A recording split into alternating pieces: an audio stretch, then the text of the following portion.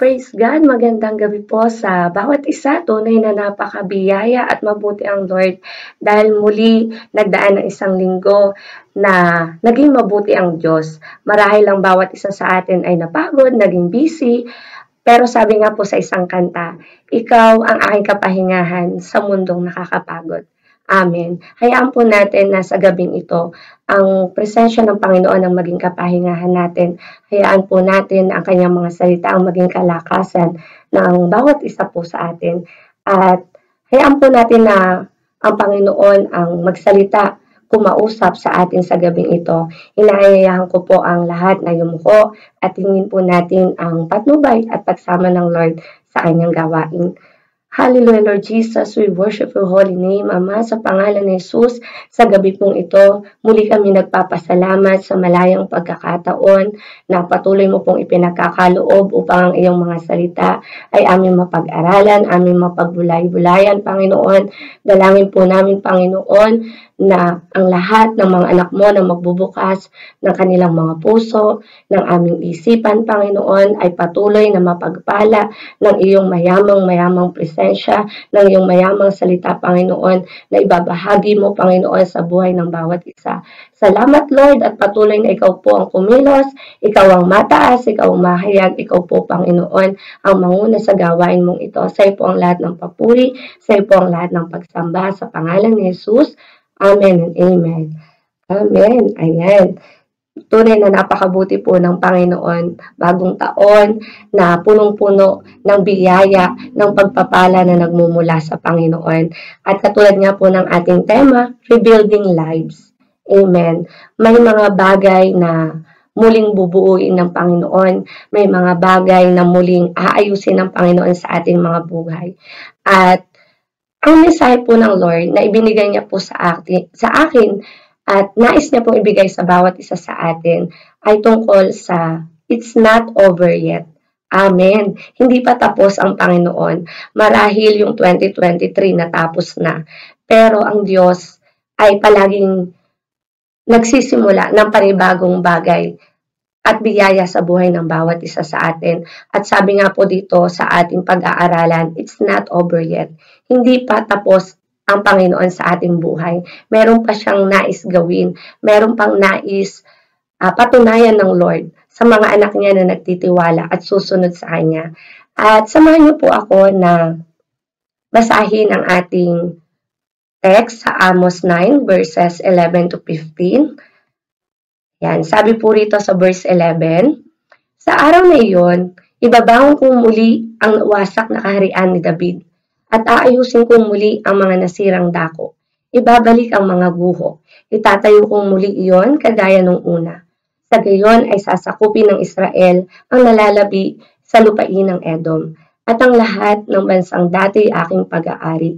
Sabi ni Yahweh na siyang gagawa ng mga bagay na ito.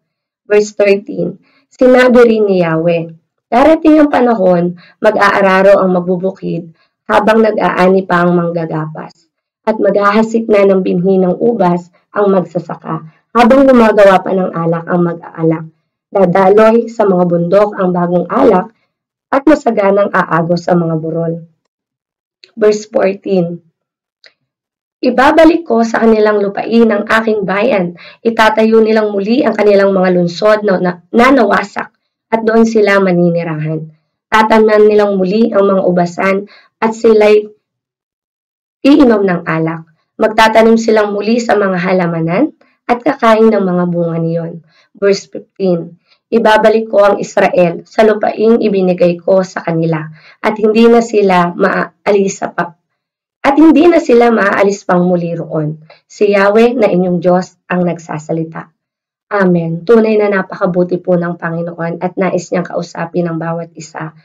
Marahil nung nakaraang taon, nakaraang linggo, nakaraang araw, marami sa atin ang nasira, nawasak, maraming mga pinagdaanan, maraming mga pagsubok, maraming napadapa tayo ng mga pagsubok sa buhay. Pero muli, sabi ng Panginoon sa kanyang mga salita, nais niya sa ating ituro kung paanong muli ay bubuuin tayo ng Panginoon. Dahil sabi nga po niya sa kanyang mga salita, hindi natatapos ang biyaya ng Lord.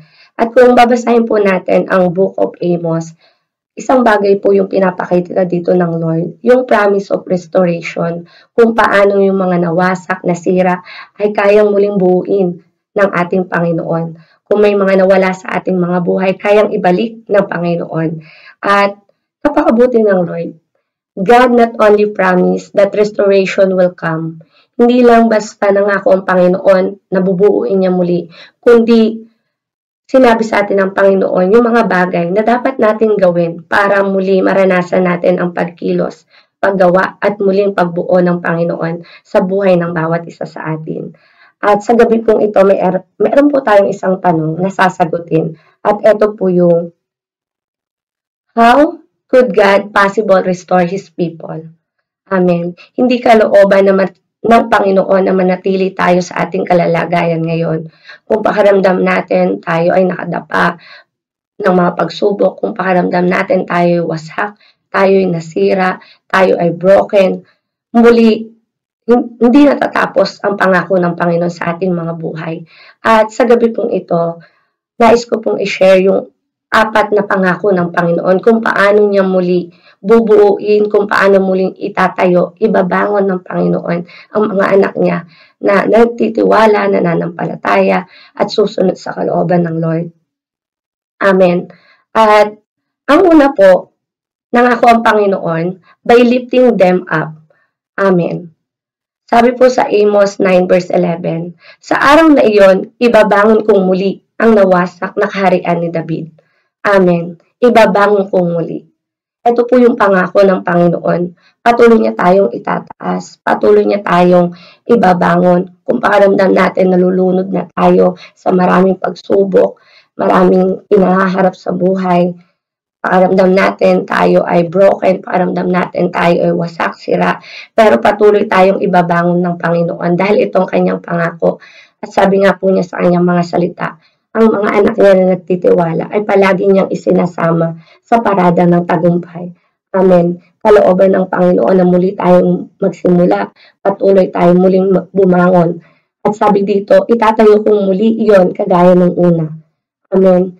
Kung paano tayo unang minahal ng Panginoon, kung paano una nating naranasan ang paggawa ng Panginoon sa ating mga buhay, muli ay gagawa ang Lord ng panibagong bagay, panibagong plano sa ating mga buhay. Patuloy na hindi pa tapos ang Lord. Patuloy niya tayong itataas. At sa buhay po natin, sabi nga po ni Pastora Juby sa kanyang exhortation, na napakapalad ng mga tao na naghahanap sa Lord. Kasi sila yung mga tao na itataas ng Panginoon. Ang bawat isa po sa atin, naghahanap tayo ng promotion, naghahanap tayo na i-upgrade ang buhay natin, nagkukumahog, nagsisikap, talagang ginagawang araw ang gabi para lang mapulpil yung mga bagay na gusto natin. Pero isa lang po pala yung sekreto, walang iba kundi ang paghanap sa Panginoon. Dahil sa pamamagitan ng ating Panginoon, siya na mismo yung mag-aangat, siya yung mismong magbabangon, siya yung muling magtataas sa atin. Ano po yung kailangan natin gawin? Magpakumbaba sa harap ng Panginoon.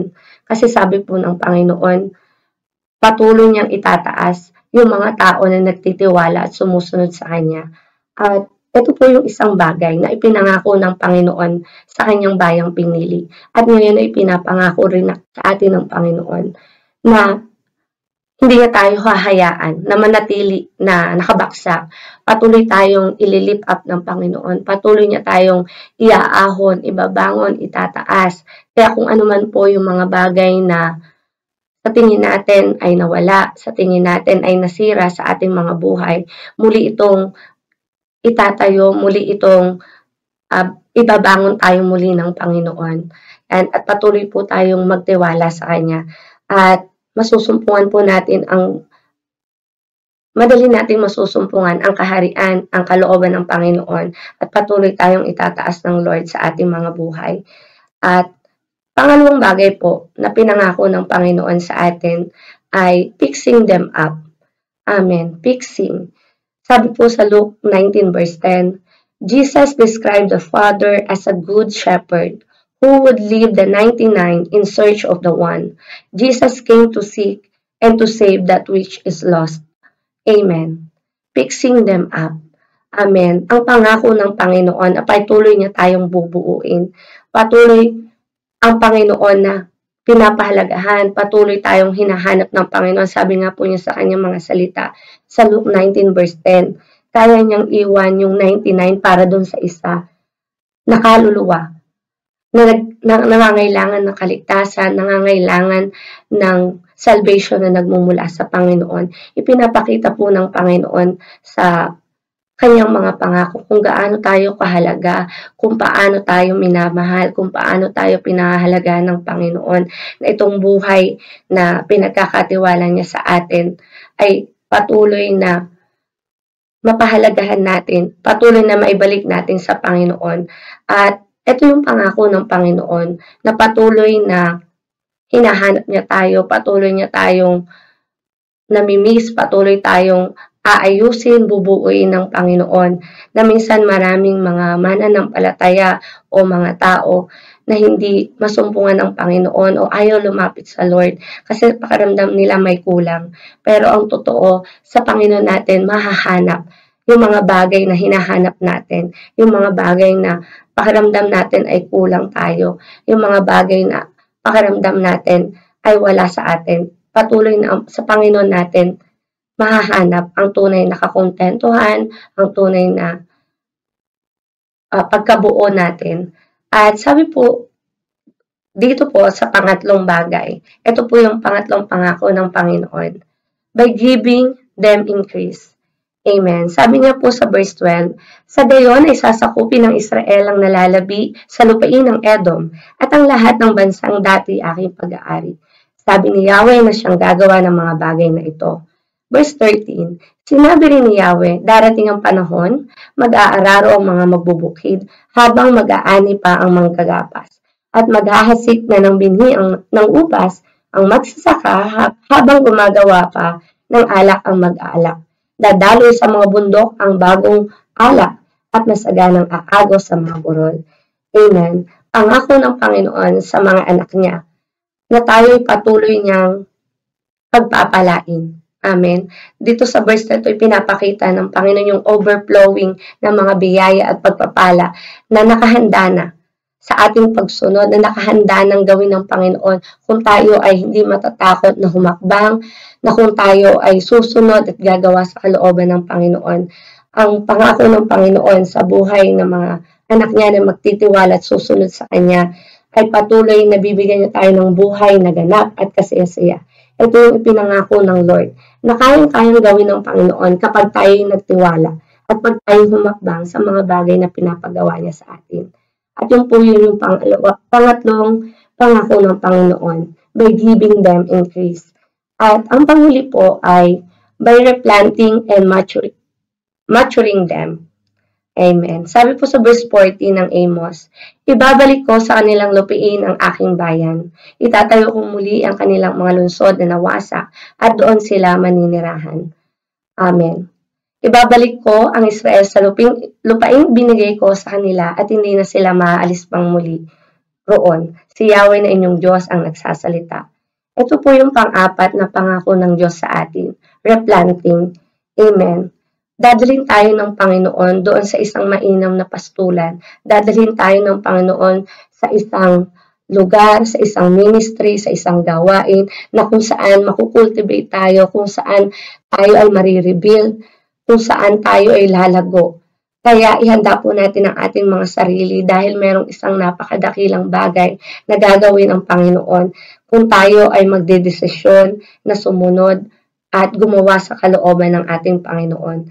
Amen. At ito yung pang-apat na pangako ng Panginoon. Hindi tayo mananatili sa isang lugar na kung saan ay hindi tayo nagbubunga. Dadalhin na tayo doon sa isang ministry, sa isang gawain na kung saan ay magiging kagamit-gamit tayo sa kaharian, sa kingdom ng Panginoon. Kaya patuloy tayong maging handa, patuloy tayong mag-prepare sa isang bagay na gagawin ng Lord sa ating mga buhay. At Dito po ako magtatapos sa Hosea 6. Sabi po dito, "Come, let us return to the Lord. He has torn us to pieces, but He will heal us. He has injured us, but He will bind up our wounds." Amen. Let us return to the Lord. Kung pakiramdam mo sa buhay mo ay wasak ka, sira ka, nadadapa ka ng mga pagsubok, ito yung panahon para lumapit tayo sa Panginoon. Ito yung panahon para hanapin natin ang kalooban ng Diyos sa ating mga buhay. Patuloy na nagsasalita ang Panginoon, tapat ang kanyang mga pangako. Itong 4 na bagay na ipinangako ng Panginoon sa mga taga-Israel, kaya niya ring patunayan, kaya niya ring gawin sa buhay ng bawat isa sa atin. Kaya ang isang hamon, isang challenge, paano tayo hahakbang, paano natin mapapanghawakan ang salita ng Diyos, paano tayo maniniwala sa pangako ng Panginoon na kaya niyang gawin.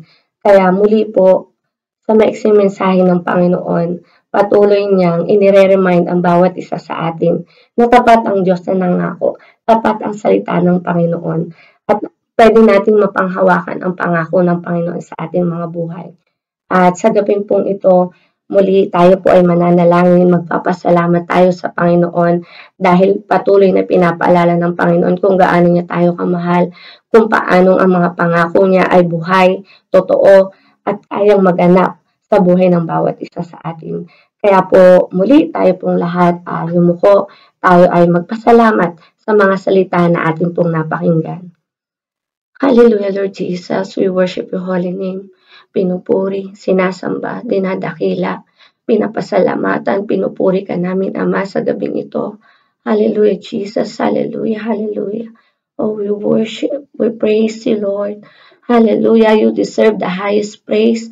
Patuloy ka naming pupurihin, patuloy ka naming sasambahin. Salamat, Panginoon, tunay kang dakila, tunay kang tapat, Panginoon, sa buhay ng bawat isa. Salamat po sa iyong mga salita na naging kalakasan namin, Panginoon.